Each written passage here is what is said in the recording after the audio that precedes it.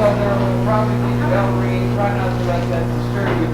If we get to the question period, we've got him mic'd up here very well. We would ask you to try and speak really very loud, okay, when you ask the question from the gallery. So we do all that. So is the native going to sit here, or what? You want to sit, find a seat and everything like that? Okay, Joe. Do you want to start recording? Just push record. Is it recording now? Is it have you got it going, Josh? Okay. Start broadcast. Start. 3, 2, 1. Going? Okay. Welcome very much to conversation. Sorry, it's a habit. Old dogs hard time sticking with old tricks. Welcome to ACAP here on the 25th of June 2012. And we got the pleasure of having our Executive Director of Manhattan Neighborhood Network who's going to report on the implications of the fact that the franchise relationship with the cable industry for Manhattan Network has been agreed to some months now. Has great ramifications. I want to just say a couple of things, if you don't mind, Dan. First, I'm near you because you have the strong mic. Okay? By all means. Okay. I want to give a... Far be it from me, Harold, to ever suggest that. Cut it out. Anyway, I want to give a pitch, if I could, maybe a couple of minutes, actually, longer than normal. But I'm touting a thing that HBO is putting on now. It's called Newsroom, right? Our Aaron Sorkin, really good writer. It's a good piece of television that's being done now by HBO, and it's becoming a series. And what they're doing is it's a fellow who is on the air saying he's sick and tired. No, he has to be won over. But that the banality of network television is so ridiculously chasing Nielsen and that sort of thing. It's just sort of innocuous in terms of there's nothing really meaningful coming over. And the theme of it is they're going to get a television channel that is really meaningful in terms of the larger issues confronting humanity. It's an interesting theme. And one wishes the establishment and the establishment media all the very best in terms of being able to find the answers that confront the human condition at this particular moment in the evolution, well, one could say, of consciousness and so forth. Big things are on the table. Anyway, I just wanted to mention that, and we wish them all well. That they can come up with some of their political class and that sort of thing who represent the established interest. But also there is another thing that's going on in terms that I want to give a shout out in a certain sense to, is this thing that is given such short shrift by the establishment people who say we've got everything under control, get back, but it's this thing called Occupy. I don't want to call it Occupy Wall Street. I would call it, it's moving to occupy the world, because there's a challenge to the basic premises of virtually all of our institutions that we're coming out of history with. It's called Occupy, and I'm very proud of the NATO and of MNN on May Day. When they had May Day, the networks had little snippets of that in keeping with the intention of the establishment people to say, all right, kiddies, go back to your sandbox, everything's under control, we got everything under control. There's much evidence that they do not have everything under control in a major kind of way.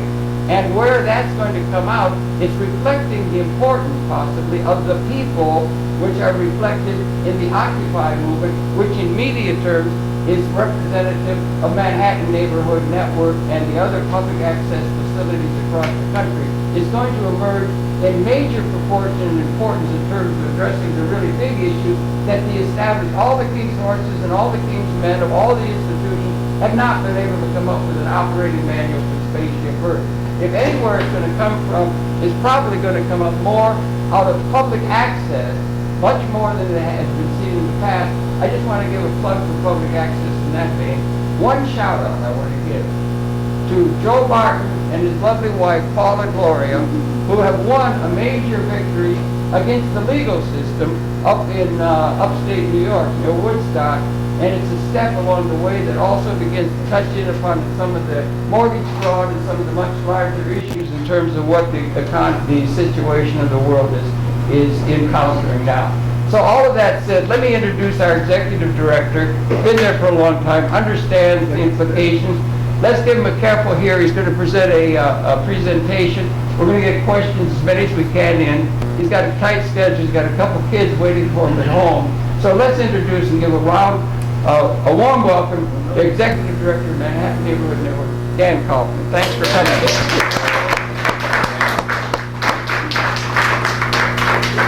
Thank you, Harold, and thank you for hosting tonight's event, and as well to Maggie. We really appreciate Harold and Maggie's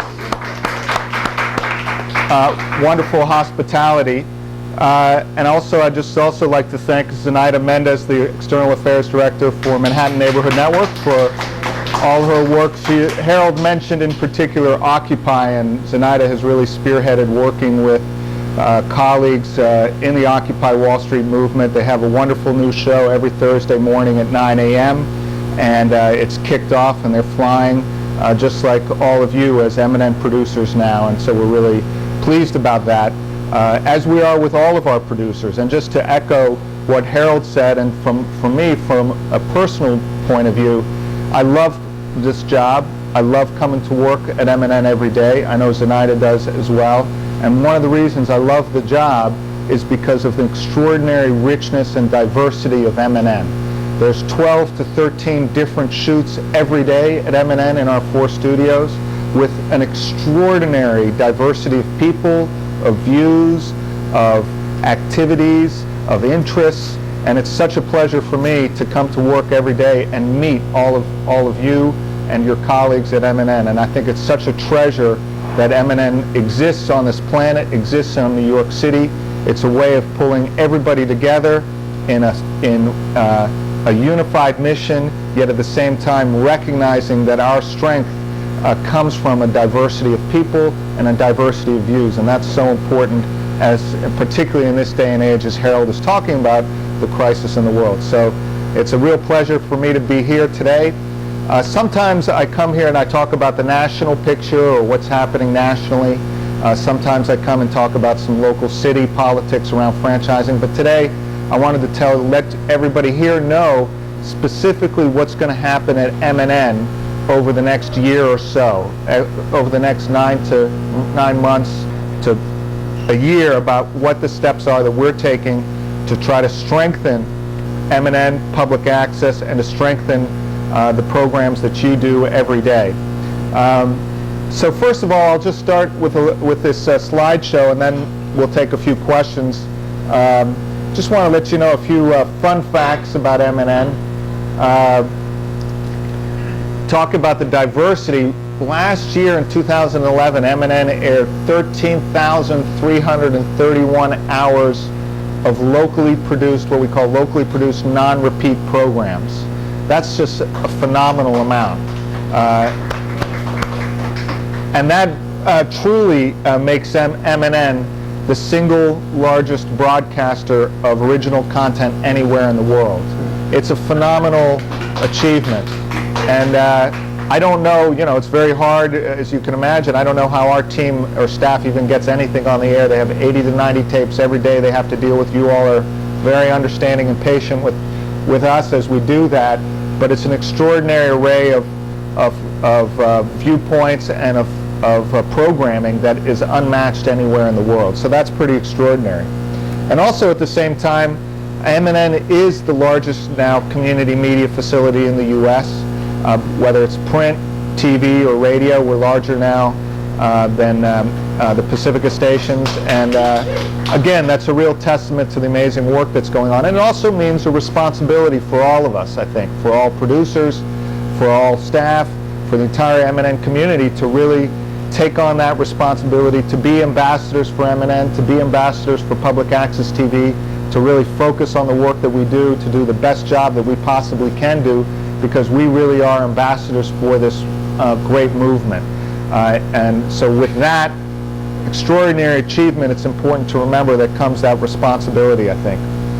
Just to show you, what we're doing, just to look at how we did last year, this is the kind of figures that we produce every day at MNN to track how we're doing in 2008, 2009, 2010, 2011, how many people actually walked through MNN's door and attended a class. And every year you could see we're about, well, 1,100, 1,200, 1,300, close to 1,400 different Manhattan residents come to M&N and attend a class, some kind of class at M&N. And out of that, about 660, or about half, a little less than half, actually are certified to use some piece of equipment at M&N. After coming in, taking some kind of class, you can use some piece of equipment at M&N.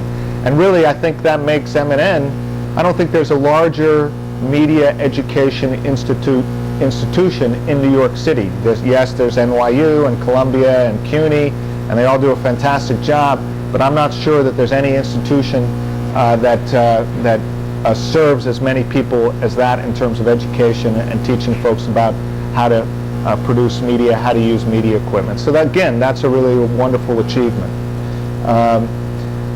Also, you know, we look at how many people use our edit stations and our studios and our cameras, and it's tallied up how many uses.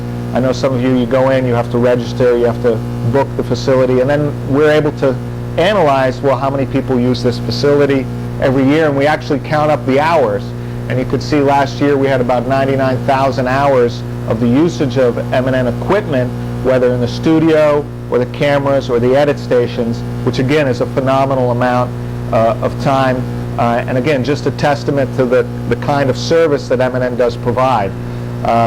And you know, you could see the different figures. I won't spend too much time on this, but you could see the camera checkouts. We look at it every month. How are we doing every month? And you could see for the first 5 months of this year how many camera checkouts. Oddly, in 2010 we had a really low quarter, but it looks like that's an anomaly. A lot of camera checkouts for the first 5 months of the year. Same thing, you look at the first 5 months of the year, edit station uses, you know, very strong. And again, that's how we measure how we do, like we're like a public library. How many books were checked out of the public library? How many people used an edit station? How many people used a camera? How many people used a studio? And that's how, in part, we judge, you know, how we're doing as an organization. Obviously, I think many of you who use the facility know that it's particularly tough booking studios. Some of the other facilities are particularly tough. You can't always get what you want. And that's really, unfortunately, or booking a class, you can't necessarily get the class you want, or you're put on a waiting list. It's more a function of the popularity or the success of the organization rather than anything else. It's just in pure quantitative terms, in pure public access terms, it's an extraordinarily successful organization and has been for many years in terms of its core mission. And again, here's the first 5 months of the year for training. We had 600 different people attend classes. 383 were certified. So we're doing very well actually this year. I think we're actually doing better the first 6 months of this year than we did the first 6 months of last year. But it is seasonal. People drop off in the summer. Maybe they might pick up, depending on the equipment use, it may pick up later. There could be snow days, you know, all those kind of things play into it. But you can see the important thing is the long-term trends, and you really see good, strong usage for M&N. And so part of, you know, for many years, I would say for more than a decade, in fact, I think the organization has realized, hey, you know, we need to try to figure out a way to get other communities in other parts of Manhattan easier access to M&N and the services we provide, and to reach out to other communities and really try to provide service. And so a few years ago, we actually started to develop a new facility in Upper Manhattan, the M&N El Barrio Firehouse Community Media Center. That's what we're calling it now, and it's slowly rolling out. And it's an old facility, an old firehouse in Upper Manhattan, built in 1884. It's got 5 stories, including a basement. One of those midtown firehouses. We liked it because it had high ceilings and it was column-free space. And it's a landmark building, has quite a bit of space, and we're building out right now as we speak 3 new studios there. And 2 of them are going to be express studios. They're going to be HD studios because eventually we will have at least, we think, a couple of channels in HD. And obviously the entire cable system now, a lot of people are now watching on the HD tier, and they don't drop down to the SD tier where we are. So we've got a few HD channels that we want to bring online, so all of our studios have to be upgraded. And that will happen at 59th Street, and we're rolling out HD studios uptown. There also in the firehouse, we have a digital lab and classrooms and our youth and community media floor. And this, of course, really represents the largest single expansion of public access nationally. We're nearly doubling our capacity at M&N. Three additional studios. We have 4, nearly doubling our capacity. We'll roll out additional classrooms. It's smaller than 59th Street, and it's more of a neighborhoody facility. But certainly, I think for folks, particularly in the East Side, I see some of our East Side producers here, that may be a facility you may be interested in producing from in the future when we finally roll it out towards the end of the year, that may be something suitable for you instead of coming over to 59th Street. Chinatown producers, it might be even easier going as far south as Chinatown to go to 103rd on the Lexington Avenue line rather than switch over on the west side. So we're very excited about that. The next steps are we're staffing up the facility now. We're actually putting in equipment into the facility now. And that same equipment, the same way we're building out the firehouse, is the same way we're going to build out 59th Street in the future with new cameras, HD cameras, HD studios, HD master control. So once you get trained in one set of equipment, you don't have to go, if you live on the East Side, you don't have to retrain just to go to the firehouse. But everybody will have to be retrained to use that equipment there. We did have an open house on June 16th, and I know a number of producers came by for that. That was part of El Barrio Week. And we're going to be slowly rolling out programs and services over the next few months, different events, community events. We have a summer youth employment program happening there this summer, which we're really excited about, in conjunction with Global Action Project, a youth media training group.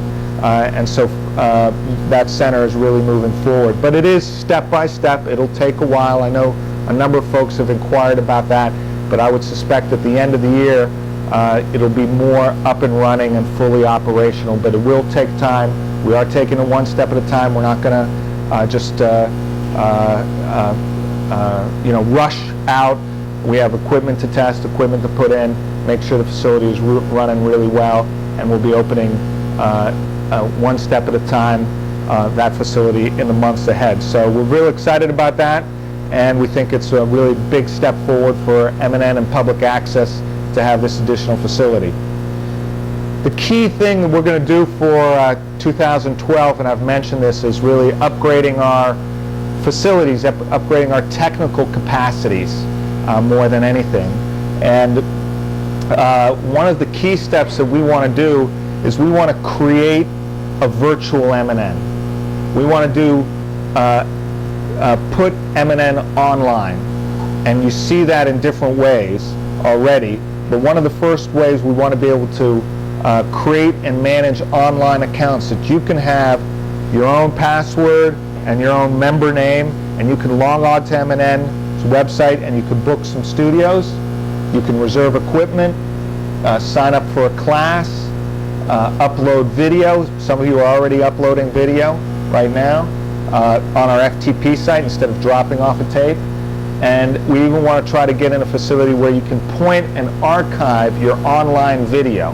That is, we take your videos and we turn them into digital files. And we want to try to find a way in which that digital file that you create can be pointed somewhere, and then it could be watched on your PDA or your iPad or online video on your website. You can put it on your website. It could be on M&N's website. You already see the start of that on M&N's website where we have a video page. Very important. That is the way that M&N and you can promote your programs, to reach out, engage your viewers, try to build new viewers through online video, proliferating your online content, or proliferating your content online and through digital means. That's a real important way that people are watching video now all around the world. And you hear about it, it's got buzzwords, Internet 2.0. What does that mean? It just means video. You go now on the internet, it's all video. That's the way people are communicating. We want you to be able to take that video content you do for M&N and put it up on the web, point it to different platforms yourselves without the intermediary of M&N, though you would be part of the M&N digital ecosystem. Very important going forward that we all think about that and try to create the technical capacity to do that. But that's what we're trying to do, again, to empower producers, strengthen your audience, strengthen your outreach, promote your shows, promote M&N, build your programming. Many of you do it. I know Harold, I've seen some of his shows have like 3 million views or something crazy, 5 million views, you know. Yeah, others have 30,000, 20,000. There's a number of producers who do this at M&N. It's extraordinarily successful. That's how you get your message out. We want to try to figure out a way to make it easier for you all to do that.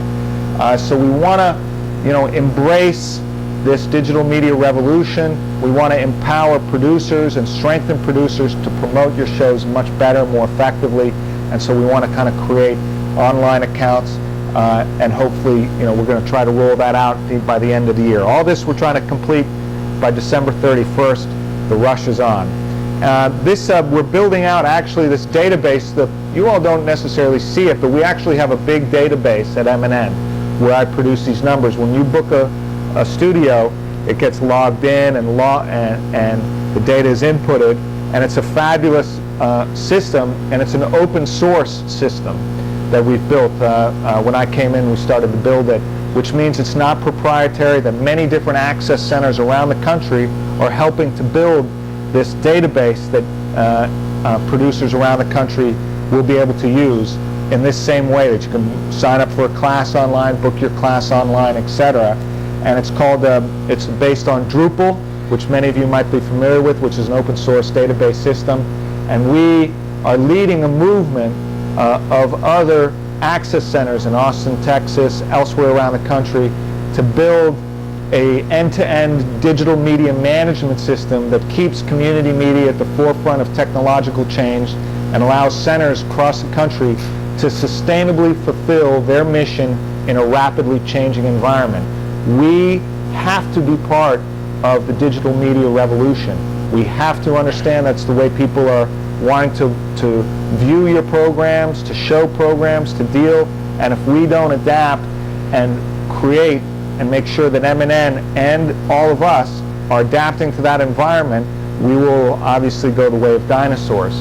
It's not good enough just to have your regular cable casts.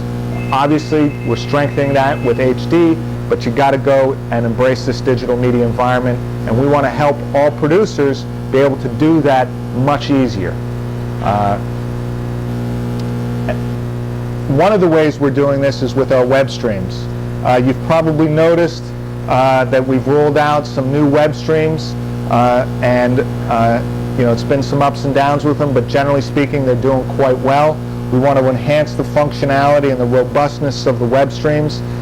It's getting better day by day. Thank you all for your patience with that. But these web streams will allow thousands of simultaneous viewers on the web streams. You can embed these video feeds, the stream of your show, right on Facebook or on your Twitter, on your website. You can embed the actual stream so people can come to your web page and they can just see your show. And you can embed some chat features right on Facebook or on Twitter with the streams. And you can even use it while you're on air and have people chat right online and take their chats and you incorporate it into your show. So that's part of what we're talking about for the future, just creating this interactivity between you and your viewers and trying to build that viewership, that online viewership, that digital viewership that so many of you are already doing. We want to try to make it easier for you to do that and higher quality. I have to say, I looked at those web streams and they're great quality. I think they're even better than what you see on Time Warner Cable, which is quite interesting. So that's an important part. So on the and just to show you, everybody, look at what's happening to M&N's website visits. So just in the last year, we're actually increasing about 60 to 70%. That's translating into about 150,000 to 200,000 views of visits every year. Most of those are Manhattan residents. Most of those are Manhattan residents, believe it or not. So it's a wonderful statistic, I think. Can we do better? A lot better, of course. but we're reaching a lot of New Yorkers, a lot of Manhattan residents, and what are they coming to the website for? They want to know about your show. They're coming to stream. Most of this increase is in streaming, and wanting to find out about your show. We now have a great schedule. You can go to schedule. I can click on somebody's show and I can find your website. I can go to your website. I can send you an email if you've given us that information, and people can contact you or learn more about the show. That's what I do. I'm at home. I'm watching M&N. I see an interesting show. I look on the schedule.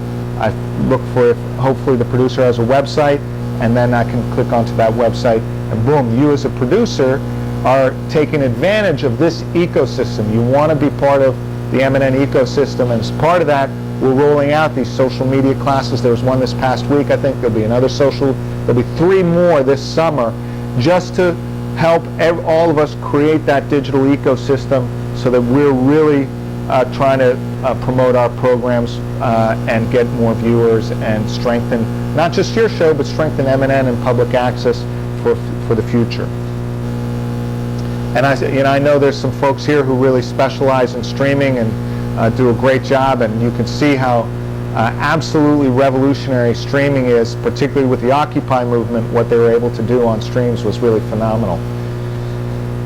So the third key change that we're implementing at M&N this year is we are going to upgrade our studios to HD and get rid of the vacuum tubes that are in the control room. But the old Sony monitors, if they're reliable, but they're a little old technology. You can't even find replacement parts for them. So we're going HD. It's going to be a major initiative and a major change for everybody. It will enhance the quality of your show, whether you're broadcast on HD or whether you're broadcast on SD. Because when you go to HD, the streams will improve, the quality will improve, no matter what format we're going to go out in. So it's going to be major, and it has impact on lighting, impact on makeup. I think you all know that, and it's going to be a process for us to get it ready. All of us at M&N. So all the studios and the control rooms are going to get upgraded at 59th Street. So there's going to be a sequencing in the fall, probably the late fall, of which studios are closed, which are open. We'll try to find alternatives for folks. We haven't quite decided yet how we're going to do that to make sure that you can still do your shoots, your programs. But we will try to sequence it as best we can, but inevitably there will be some downtime for some of the studios at some point at the facility. And we'll have to juggle that as we deal with it. The other thing is all the cameras will be, all the cameras, the field and the studio are going to be upgraded. One of the things we're doing at the new M&N El Barrio Firehouse is we're making a tapeless environment.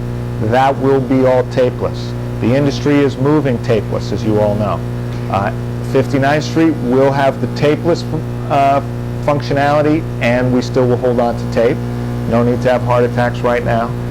In a few years maybe, but we will hang on to videotape, digital videotape, but we will have that functionality for tapeless, and to provide a nice incentive to folks to go tapeless. Our new cameras will be tapeless, but you'll be able to just take the SD card and plug it into the edit station and edit right off that. But and you can obviously dump it off onto a digital videotape.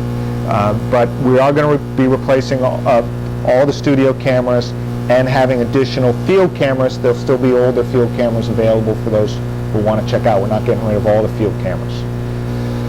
And we'll include now, when you buy equipment now, you amazingly, they're putting in plugins and add-ons for social media. Like, do you want to have a Facebook feature on this particular graphic? And so those will be included. So that's going to be important, and that might add something to your shows. You can get people chatting on Facebook. You can get them chatting about your show. You can look at the Twitter feeds, and you can encourage people to submit their questions to you or whatever the particular show is. Instead of calling up, they may want to just put it on Facebook, et cetera, et cetera. So that's an important initiative and an exciting initiative. But as I said earlier on, the most important role here is going to be us.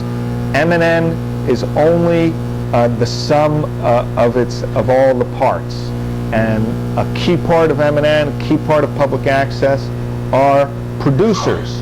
And it's critically important that all of us take responsibility in making sure that public access MNN continues to thrive, continues to grow, and that's going to be link into MNN's digital ecosystem. You know, link the web streams to your website, link them to your Facebook page, link them to your Twitter. You will be amazed at how quickly this stuff grows. I know many of you, of course, are already doing this, but it's really extraordinary and will really help your shows, help your viewers, strengthen your audience, strengthen MNN and public access, and it's part of our relationship. So again, embed, link, point, email, chat, all these functionalities are coming out. It sounds a little daunting, I know, but it's not that bad. It'll be easy. Some of you are already doing it really well. And use those functions to promote your show. Use it to get the word out about your show, get the word out about public access TV, and about MNN. So really what we're trying to do is build really a technological infrastructure for a new MNN for the period ahead. And that's going to be involving some retraining for all of us and some rebuilding. I know that's not necessarily going to be easy, but we're going to lay on some new classes, try to make it easy and as painless a transition as possible, but there will be some teething problems. I'm not going to hide that from you all. And I know you have a lot of questions. A lot of the questions aren't going to be resolved here tonight. I'm not coming with a lot of answers. I'm coming more with warnings. But I think this is a real positive transition. We're going to be able to do it. I know it'll be successful. We've done it before back in 2003, 2004 when some new facilities came online. We'll be able to do the same thing at the end of this year. So just to sum up, we're looking forward to bringing our firehouse online by the end of the year. We're looking forward to creating this virtual MNN where you can book some equipment and studios and classes online by the end of the year.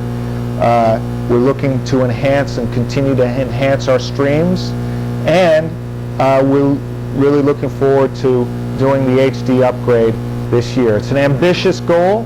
I've set these targets for the whole organization. I know they're ambitious, and I know everybody is really eager for better electronic graphics capability, better equipment, and it's happening. It will be a process. It will be a marathon, not a sprint. There will be some ups and downs and twists and turns, but I'm really confident at the end of the day we're really going to build a much better MNN that will allow each of you to strengthen your audience, to strengthen your program, make better shows, really represent MNN and public access going forward in the future, and to really wave that flag of what an extraordinary organization MNN and public access is. So that's just a little bit about what's happening in MNN in 2012. So.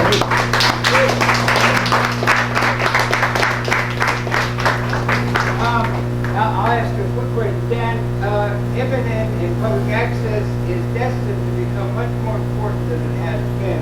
There's going to be more people interested in it, and you're going to have a great number. I wonder, are you going to have a great number of people who are going to want to use the facilities than it can handle? Will there be more, supply and demand in terms of potential? And it's good you got the firehouse going up. And related to it is it some truth that it's a matter of bandwidth when you get to the distribution, and that there can be more channels of distribution than before? And if there are there other sources beyond the barrio, institutional sources where there's television being developed that can be brought into and through the Manhattan Neighborhood Network system of streaming in order to get the supply in sync with the demand and being able to cover the demand for use of public access? That's a very good question. Let me begin with the answer to number one, which, Harold, you suspect. Let's be clear. We can't possibly meet the community needs, communication needs of people in Manhattan. The problem with MNN in a way is it's too successful. Yeah. There's there's huge amount of programming. There's a huge amount of shoots every day. There's a huge amount of people attending classes. It's going to be like when we, build a new facility, it's just going to be like putting another lane on the highway on, the New Jersey Turnpike. In 2 seconds, it's going to be full. We understand that, but also we feel it's an important part of our mission to at least try to reach out to certain communities, parts of Manhattan that haven't been served as well as others. It's on the east side, we're on the 59th Street's on the west side, and we think that's an important part of our mission. At the same time, I think, just to answer your second part of your question, look, how do we then deepen rather than widen? Yeah. How do we deepen rather than widen? And I think this question of the digital future and digital media is really important, because what we can think about as our strategic vision for MNN is MNN everywhere. MNN can be everywhere. We are local, we are quintessentially local. We are New York, we are Manhattan, we are our neighborhoods, we are East Harlem, West Harlem, we are Chinatown, we are Tribeca, we're Hell's Kitchen. And we could talk about the neighborhood issues, but at the same time, by having these digital media tools and making them accessible to producers and with each of you using those digital media tools as part of your traditional cable cast, then you become much more significant in terms of the national, international, or local conversation. It's so important.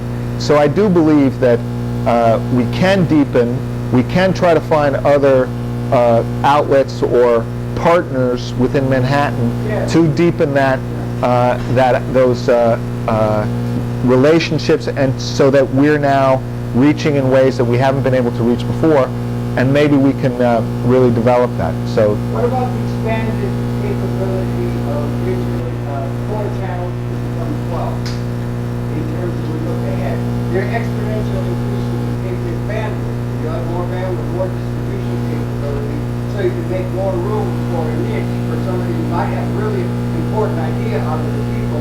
You might have real significance. You can have more programs. Yeah, you could have there's different ways you can go. It's going to be a question of what you do strategically and how you deploy your limited resources, human, money, etc.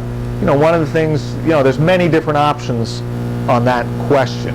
You could even get a low-power TV station and reach 20 million, decide you're going to do a subcarrier on a UHF station and be broadcasting to 20 million New Yorkers. That's another way of going on, or people in the tri-state area. In other words, there's different ways that MNN could move forward strategically, but certainly I think that the idea of MNN having that capacity, what we're trying to do is create that capacity so that it can deepen, so that your work can deepen, that your connections and partnerships can grow and develop. And you can pick up other programs. We can pick up and other ideas and other programmers. At the same time, we also want to be able to be really clear about our viewers, people in Manhattan, serve our community, serve our neighbors, serve our neighborhoods. So, Speak up, Dina, please, if you can. You said you're going to have things like chat rooms and a place where you could show, we can have all our shows up there, kind of like YouTube, I guess.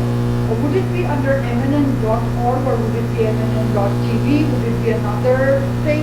And do you have, because I don't know if you have it yet, but like a Twitter, Facebook, yeah. and all the things where an average producer could just go.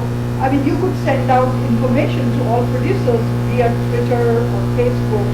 I mean, what do you have? Yeah, MNN does have a Twitter feed, and we do have a Facebook that is used quite a bit by producers. I think there's several thousand producers on the Facebook link. And also, what was your first question? I'm sorry. Chat rooms, Oh, right up on, be able to put up all our shows Yeah. up there so that people can watch it like they watch YouTube? Yeah, so there's 2 different features now you could use on the website that we're starting, and again, these are in their infancy, but they prefigure some other possibilities. But 2 things. One, each of everybody's show here is streamed online, and if you go to the online, there's now a chat feature right there, so you can have your audience members, have your parents, have your your brothers, your sisters, your friends start chatting right while you're doing the show, and you could see their chats, and then you could incorporate. You say, hey, if you're doing your talk show, say go to MNN.org, look on MNN1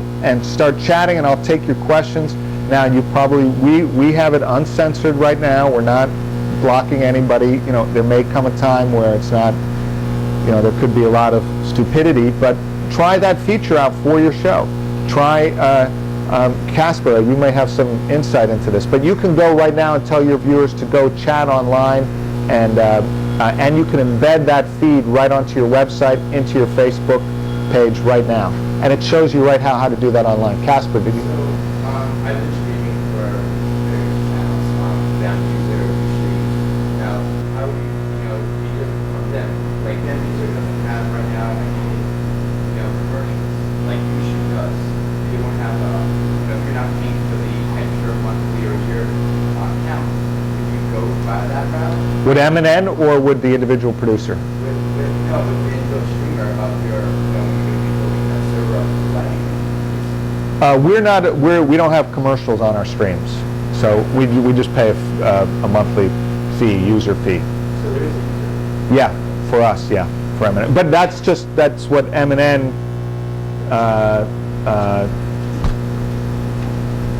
does as part of our mission. We believe it's important that we do that as part of our mission, and no MNN producer has to pay for that. That's part of, you come in, you have your show. The other point about archiving video, right now we're not doing archiving video, but a lot of producers do archive their video, and then they either upload them to Vimeo or YouTube, and then if you tag them, you can have an RSS feed of your video go to our website, and that's the way a lot of people look at videos now, is right on the video section of MNN. It's just first come, first serve. It's one video after another. But again, in the future, we might be able to reorganize that in a better way. But it's great. I've gotten a lot of positive feedback. It's not a lot of people watching it, but folks, really appreciate the opportunity to watch these different shows up on the webpage. But like, Casper, for instance, like people who live stream on the streets on the go, how would you work with them? Like, would you make a separate site, like basically a application for like MN application that they can go stream it on the streets? Yeah, well, that's included into a one space. But like what I'm doing right now, I'm live streaming on Global Rev. That's very cool, and maybe that's something we could look at in the future. I'm not sure right now. We're just focused on trying to upgrade our studios. But that's a great idea, and I think a lot of producers, as we introduce these functionalities, we want to have the classes and people be able to do that and incorporate that too with your cable cast. Because remember, the cable cast still reaches 620,000 cable subscribers in Manhattan, the most important media market arguably in the world, and to replace, that's a real treasure. But use that treasure to proliferate your content onto different platforms. You could use that as a billboard, in effect, to say, hey, watch my show on Facebook, or go to MNN.org and chat right now online with me, et cetera, et cetera.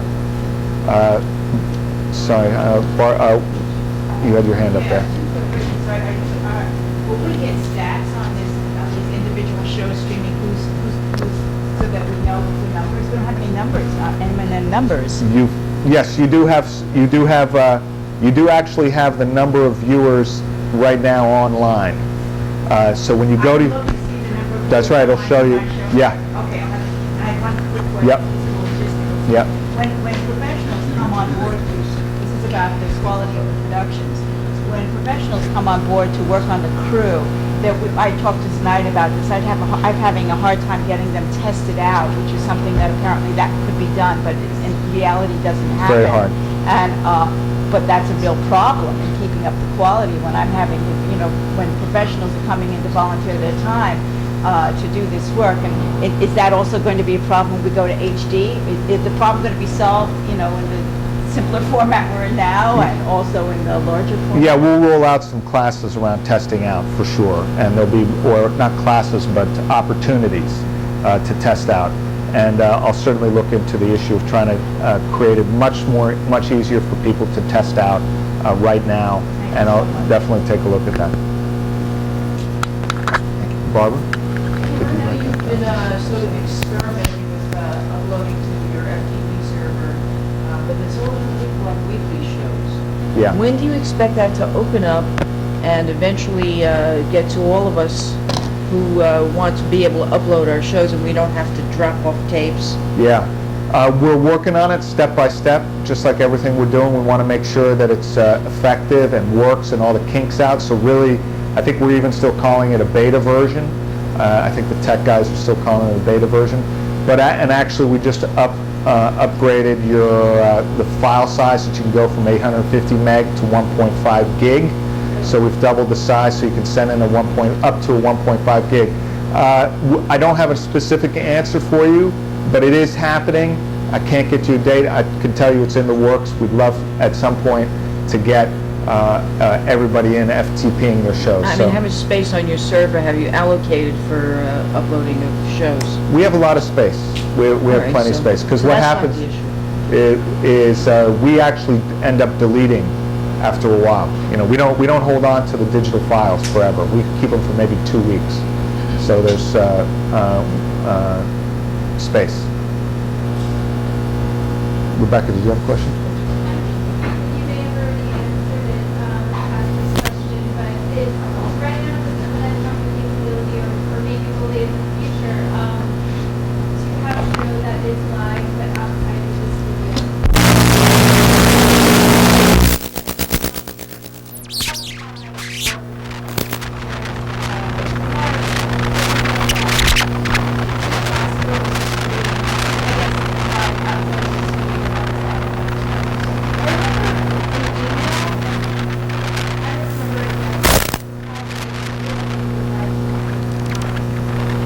Yeah, we've experimented with some live streaming, and it's mixed results.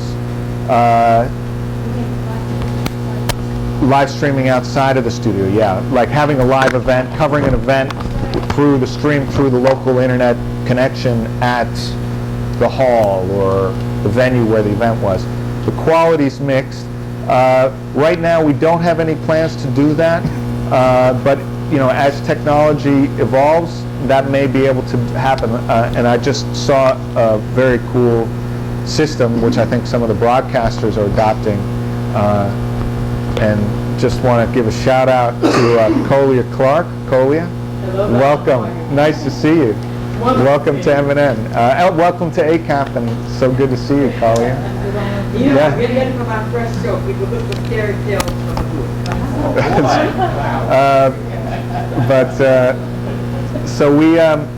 So I saw this demo of this camera where what they do is they take all the cell phone carriers in an area like Manhattan. They get Sprint. Casper probably knows this, Sprint and AT&T. You actually have a bond. Yeah, and you aggregate all that content. Yeah, you connect all the hotspots. We've been using that. So you have a big bandwidth. Yeah. And you aggregate all the cell phone carriers, so you're able to send out, use a lot more bandwidth on your video, and send it in with a much higher quality, and it's unbelievable. So there is the possibilities, and I know the Occupy folks with the... a channel called Occupy HDTV. Uh-huh. And that's a channel that we use for another station kind of thing, and you can look it up all the time. But yeah, it's also 1080 HP. Right, But real we true downsized- true HD. Yeah, we downsized to 720 because people don't have their, not everyone has a monitor that's a true HD. Right. They think you do, but it's really 720. It's just a mishap. Right, and even cable networks don't even necessarily No, not really. distribute in that size. So, but hopefully that might be something that can happen more and more in the future. But My question is, when I came, most of the training involves interviewing people. You sit down and you talk. M&M, a lot more things, more creative. Seems like the training of the people that put the programs in, they encourage interviewing because it's easy. But if you do other things other than just interviewing to send a message, it will be more interesting to the watchers, and the message will be more interesting. Is there any effort being done to train the people in other directions? Yeah, it's a very good question, and I think that's, you're talking about the production value of the show itself and providing training around trying to create different values within the program to make it more interesting. Is that what you're talking For about? instance, I want to tell it like a story, maybe even shoot it like a small experimental movie. Yeah. It's not necessarily commercial, Yeah. but that way I can be more effective and it will be more outreaching and it will be more interesting to watch rather than a typical, oh, it's an M&M show, you know. Yeah, right. Two people are A little talking. more advanced skills. Yeah, and some people may be more artistic, more directorial, they can bring all the skills in. It seems like there's a lot of discouragement to do such things, and it's more encouragement, just sit down and talk and see your show and go home. Yeah, I think, you know, I would definitely encourage you to try to get those skill sets. It's not always possible for M&N to do that and to provide that opportunity, though it's something we'd love to do, but it's not always as easy for us to do that. But I would certainly definitely encourage you. It may not be something that you can find at M&N right now, in which case, you know, for sure there may be some other opportunities in the city to get those skill sets. But if you have concrete suggestion, like a particular skill set that you think producers would benefit from, I'd love to hear about it and would certainly consider it. Well, it may be because I'm an actor, I got trained. Yeah. You know, and I have seen things. I like to tell the stories the way they do it in movies, Right. Rather than just to talk. A technical skill, or are you talking, or I have a storytelling narrative I have skill both set? skills, both directorial and acting wise. So it takes some effort from the establishment to be able to, because immediately I get the impression, oh, you're making a movie, or you want to sell it. You know, I'm not going to sell it, no one is going to buy it. But the way you tell it is more, it will be more effective, and it will be more interesting rather than everyone dismissing it as an M&N program. So it will be more credibility to the M&N and more interesting for the people to watch. Okay, so let me just so I understand. Are you talking about storytelling skill sets or technical skill sets? Both. Both, okay. I mean, the people that are training them, they would encourage them in that direction. It would be more interesting. Great, thank you. I'm really happy to hear all this. I would like one to know that know that yes, very editing next to your Facebook.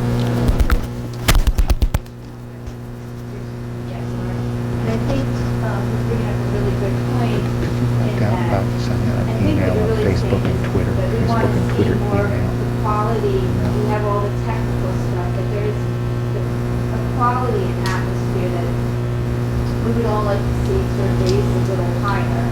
And that could be something with some technical things problems that come up during all of our productions. Like we have this one feature here, and then we have things, for instance, today when I shot the express room, afterwards I saw there was like a nice light on my forehead, and I heard later the lighting system was kind of not working, it wasn't in good shape, and it had to be replaced, but no one had done it before. So we all go through things where we put a lot of work into stuff, and then there's this quality that goes down. And there's a general quality, I think all of us, when we put so much work in our production, that we want to see what we put in as being the level that's going out. And there's an overall issue just about quality. Some of it I feel personally my own input, because you're right about bringing those skill sets and kind of work with our own team, but also changing the community a little bit in M&M. In other words, we have to come together a little bit more and as a team building M&M up in that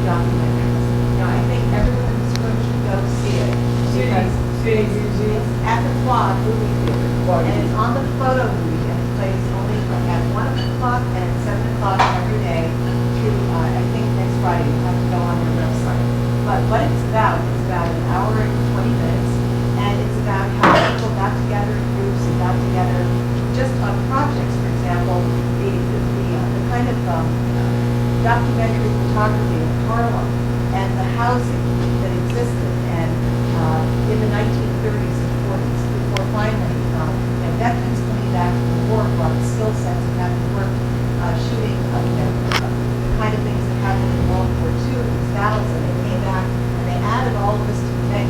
And we really need to do that kind of thing because Jonathan and I were talking about this, and we are the photo lead. We are that group, but we don't yet know it. And we have to get a copy of that video and see it perhaps at the studio and have all the producers come in and really say, how can we each bring something to this so that, we have the studios. They had 5 development studios. And people came in from everywhere. They paid $5 right in the Depression, which is a lot of money, to come in, but they all knew they were going to learn, they were going to grow, they were going to develop, and they became look and like magazine photographers. They went to war. It was quite astonishing, and that's what we are now. So let's get with it. Where is that going? At the Quad Movie Theater on 13th Street between 5th and 6th. I think it's number 40 West 13th Street. Highly recommended. I'm sure they would love to come in and show it to us as well because the night that I went, they had a Q&A with people who put it together. It took quite a while to do it, but they are the encouragement for us to know that it was a 15-year period of time that this was active, and it's really quite astonishing, and it's New York, New York. It's our story. Okay, I want to back up a little bit, because I do a lot of directing for producing, and you mentioned something about communicating while you were producing to through the internet, as well as maybe Twitter. And my question would be, that will definitely be from a live production, am I correct? Yes. Because the producers that I'm maybe working with will definitely want to know about that information. Yeah, see, some producers are doing it already. I see some producers just take the big flat screen and put it up on a website that's showing their Twitter feeds, right on their Twitter accounts. They just show their Twitter account, which is being refreshed, and different Twitter questions coming in right there, and then they just show that on the on the flatty, and then that is shot live right then and there, and they're pointing to the Twitter feeds coming up and repeating just verbally what the feeds are, and incorporating as part of your show. So some producers are already doing it, but you could even just use